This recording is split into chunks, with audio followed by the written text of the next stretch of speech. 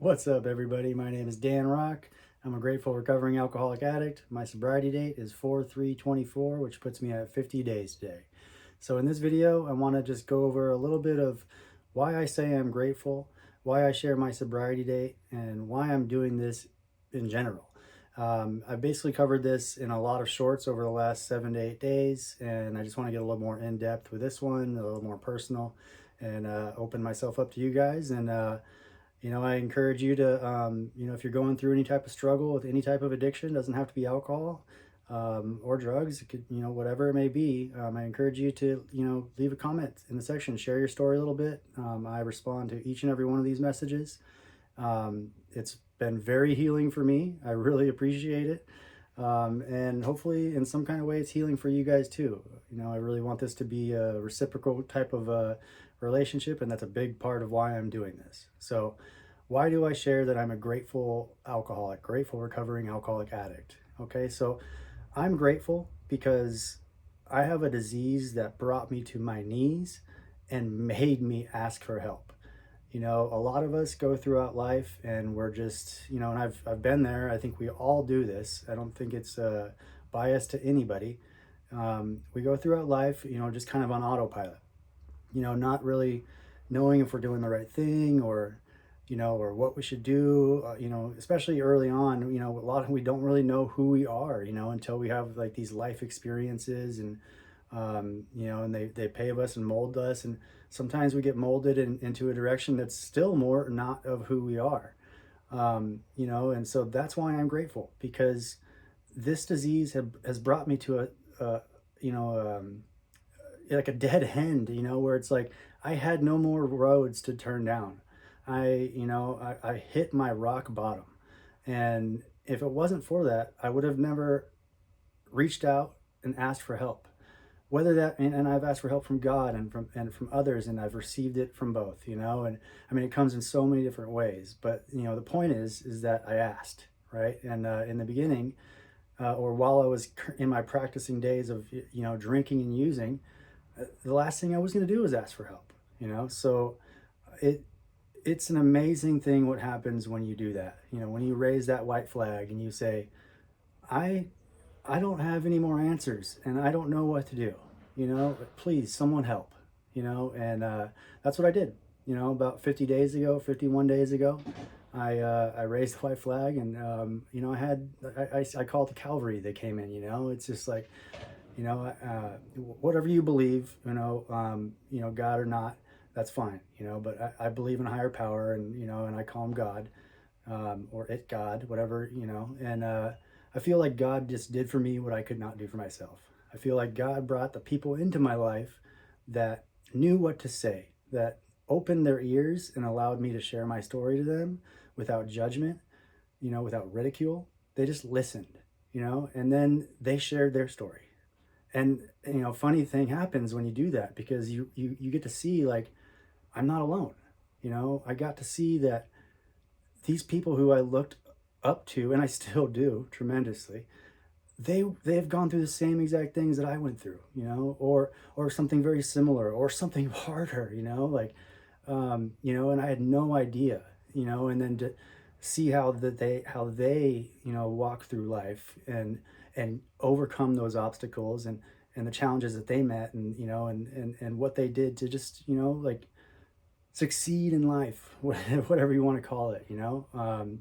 It's amazing. It truly is amazing. And I'm so grateful for these people in my life. They're still in my life. They're going to be in my life for the rest of my life. And I can't wait to meet more of these people. And, and there's one thing I can do, because it was so freely given to me. They didn't ask for anything.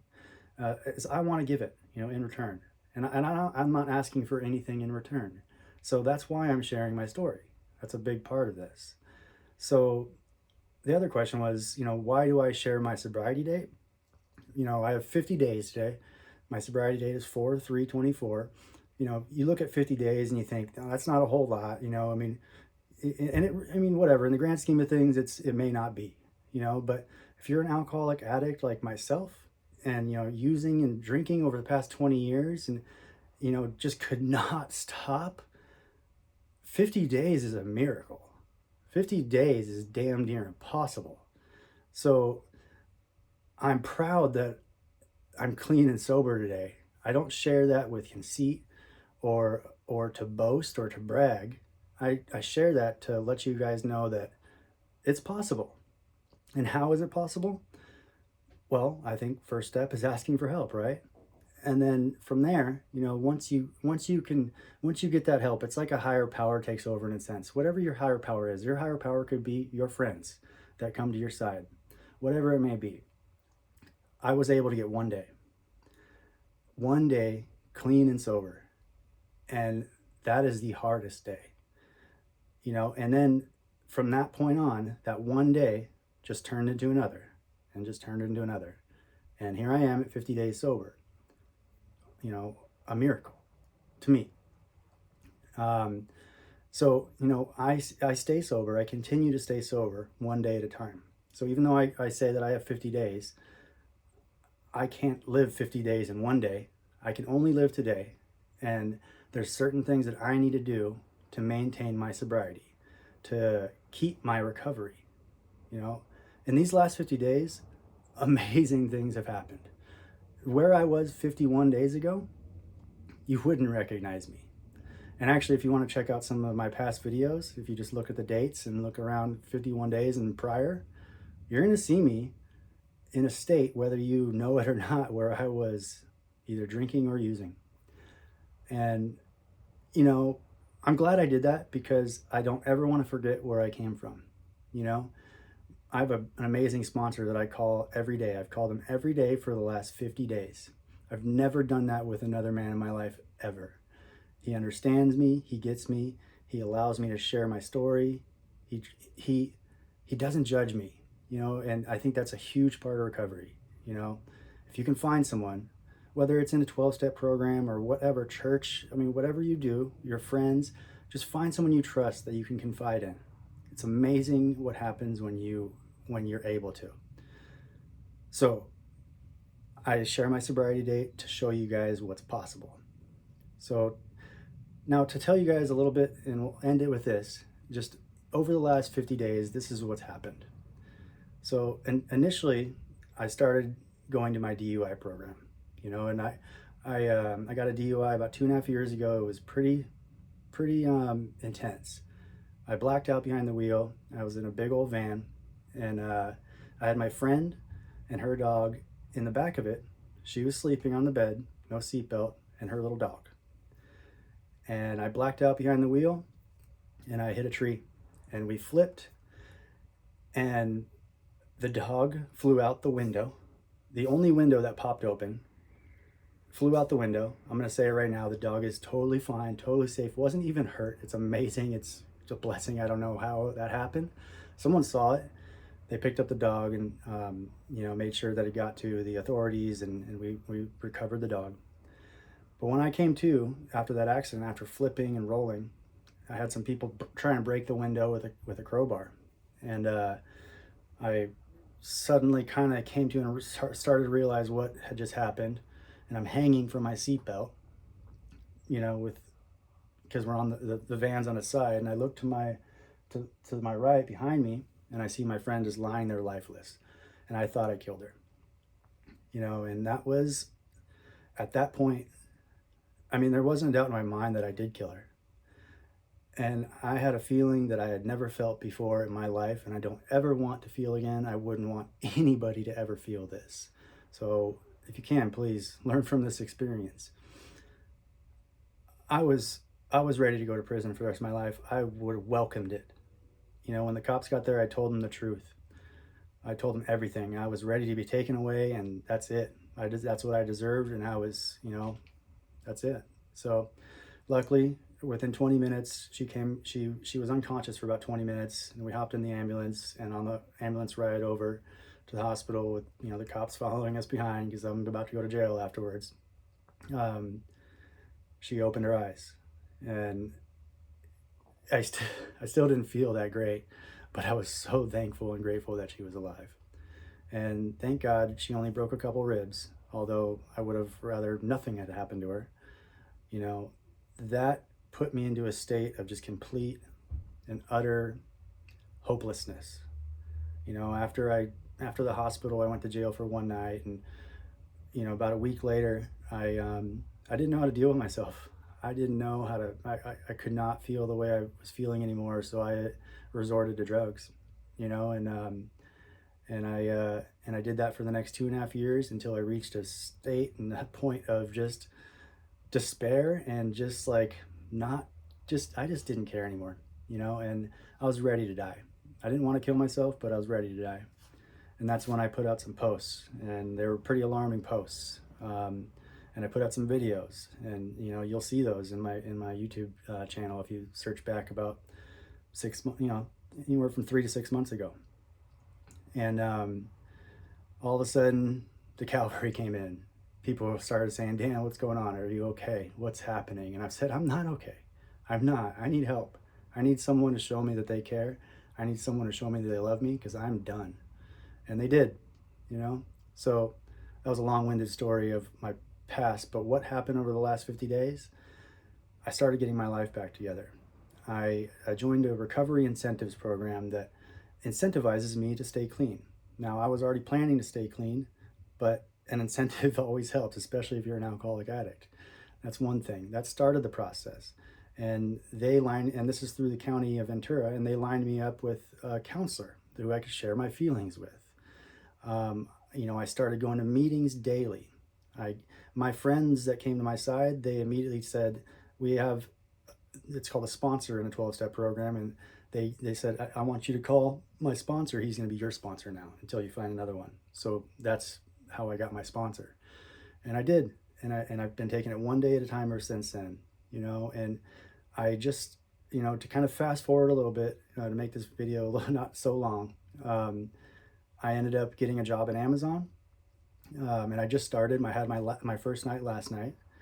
I started school the day before, on Tuesday, the 21st, and so I started school on the 21st, and I started my job on the 22nd, and so last night was my second night. The first night was training.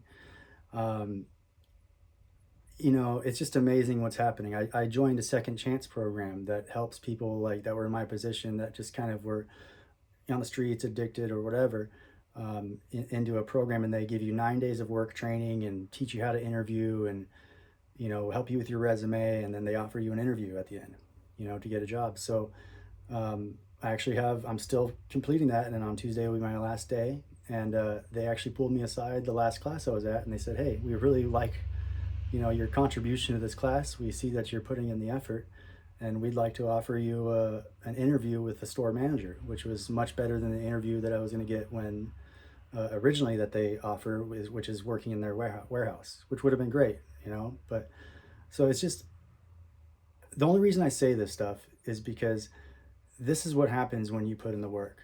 When you do the footwork, when you put one foot in front of the other and you do the next right indicated action, amazing things start happening. Now, obviously, staying clean and sober is a huge part of that. There's not just one way to get sober. So my way is not for everyone, but I'm going to share you my way, and you can take and leave whatever you want. But I go to a 12-step program.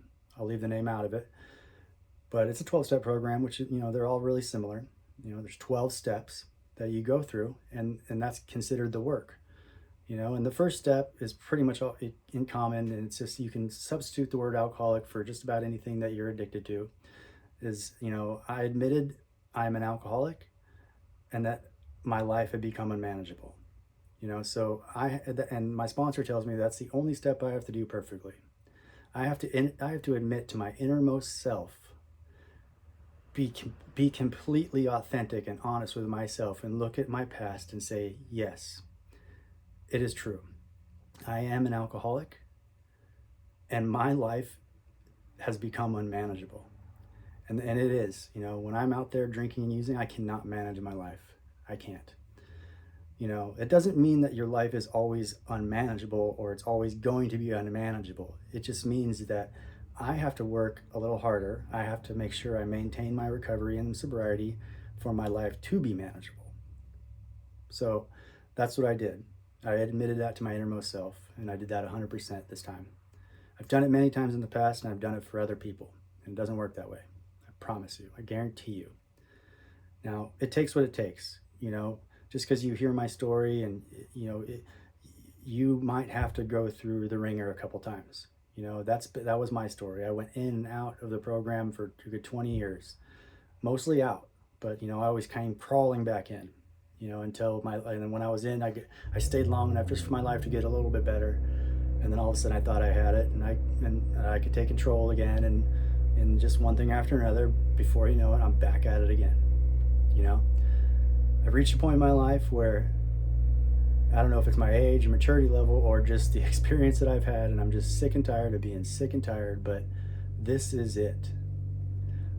I can't live a life without working on myself. So I'm a grateful alcoholic because now I am willing to work on those things. And the mere fact that I'm working on those things every day and putting in the effort, amazing things are happening. A lot of people lose their families, they lose their wives, they lose their children, they legal issues, court, jail, institutions, all that stuff. All of that stuff, it's in the past.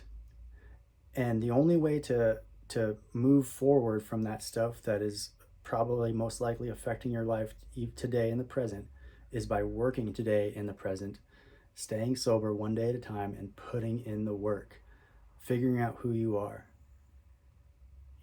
What makes you tick? Why did you do the things you do? Why do you feel the way you do? And those can be really vague questions, but that's what the 12 steps does. The 12 steps walks you through that. Now, I have somebody, like my sponsor, is walking me through those 12 steps because he's done those 12 steps and he knows what they've done in his life.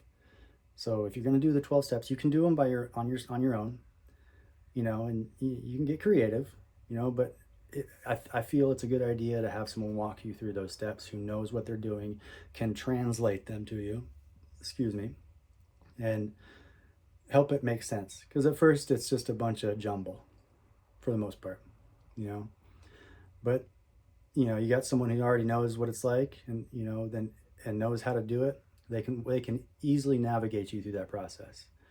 So my sponsor has over 30 years sober. I believe it's 31 years sober. He has a sponsor. He still to this day goes to meetings. Once again, I'm not saying that in order to stay sober you have to go to meetings.